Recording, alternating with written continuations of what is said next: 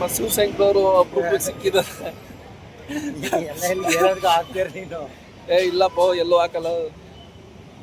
ಹೊಸ್ದಾಗಿ YouTube channel ಮಾಡಿದ್ದೀನಿ ನಾನು.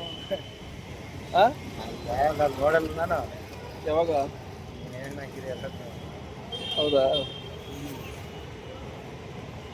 ಈ ಬಡತನ ಅನ್ನೋದು ನುಂಗಿ ನೀರು ಕುಡಿತಾ ಇತ್ತು ನಮ್ಮ ಎಲ್ಲರನ್ನ.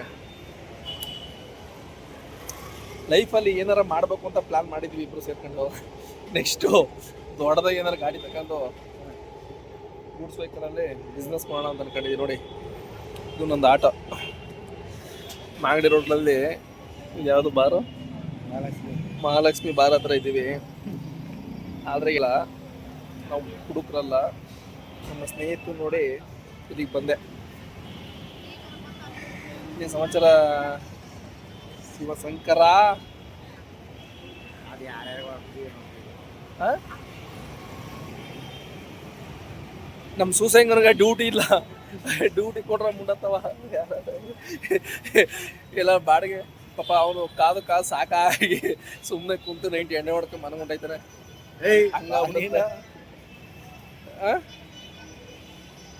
ಅಲ್ವಾ?